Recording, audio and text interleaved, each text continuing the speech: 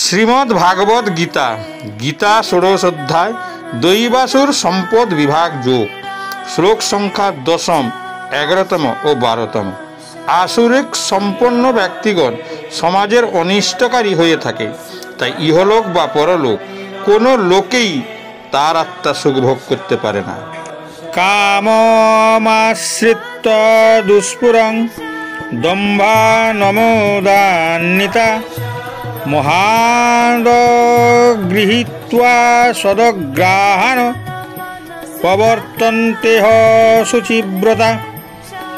সেই আসুরিক ব্যক্তিগণ দুষ্পূরণীয় কামকে আশ্রয় করে দম্ভ, মান ও মদমত্ত হয়ে অসুচি কার্যে ব্রতী হয়ে এবং মোহবশত অসৎ বিষয়ে প্রবৃত্ত হয়।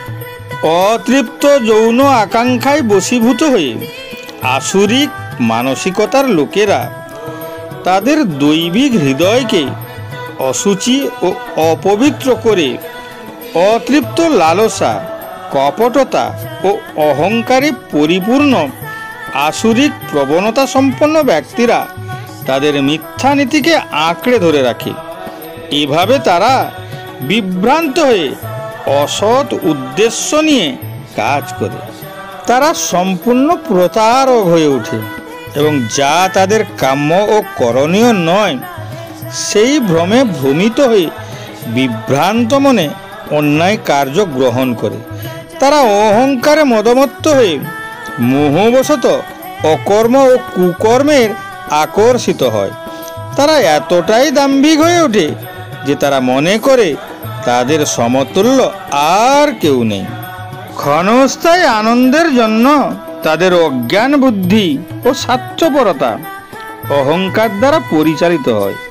এভাবেই তারা ধর্মগ্রন্থের আদেশ নিষেধকে অমান্য করে যা সঠিক ও সত্য তা অস্বীকার করে। শুধুমাত্র দৈহিক ও ভৌতিক ভোগের কারণে অসৎ অধর্মের পথে নিজেদেরকে প্রভাবিত করে।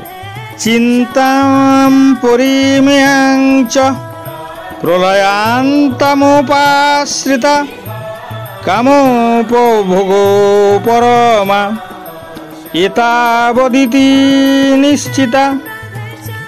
অপরিমেয় দুরাশাকে আশ্রয় করে মৃত্যুকাল পর্যন্ত ইন্দ্রসুখ ভোগকেই তারা তাদের জীবনের চরম উদ্দেশ্য বলে মনে করে, যা তাদের মৃত্যুর সাথে সব শেষ হয়ে যায়।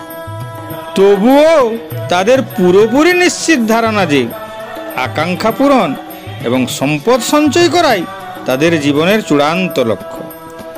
আকাঙ্ক্ষার কোনো শেষ নেই।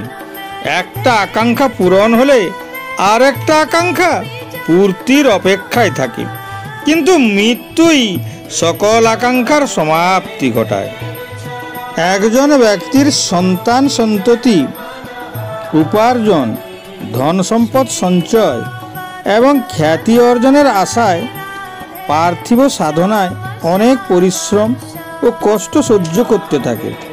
যদি সে সমান অনুপাতে ভগবান শ্রীকৃষ্ণের চরণে ভক্তি ও স্নেহ উৎসর্গ করত, তবে সে মৃত্যুর দেবতা যমরাজের ভয় থেকে মুক্ত হতে পারত, যার ফলস্বরূপে সে জন্ম মৃত্যুর চক্রকে অতিক্রম করতে পারত।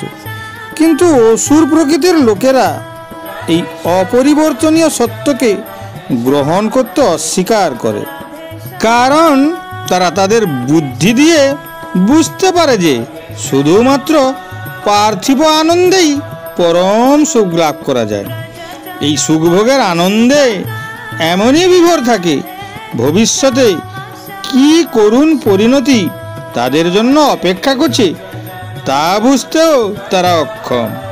বিপুল পরিমাণ এই কষ্টার্জিত ধন সম্পদ থাকা সত্ত্বেও ভবিষ্যতে তাদের জীবনে অনেক দুঃখ কষ্টের দিন অপেক্ষা করছে।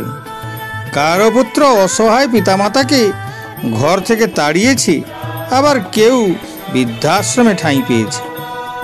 আশা পাশস্য তৈর্বদ্ধা কাম ক্রোধ পরায়ণা ইহন্তে কাম ভোগার্থ মন্নায়েনার্থ সঞ্চয়ান।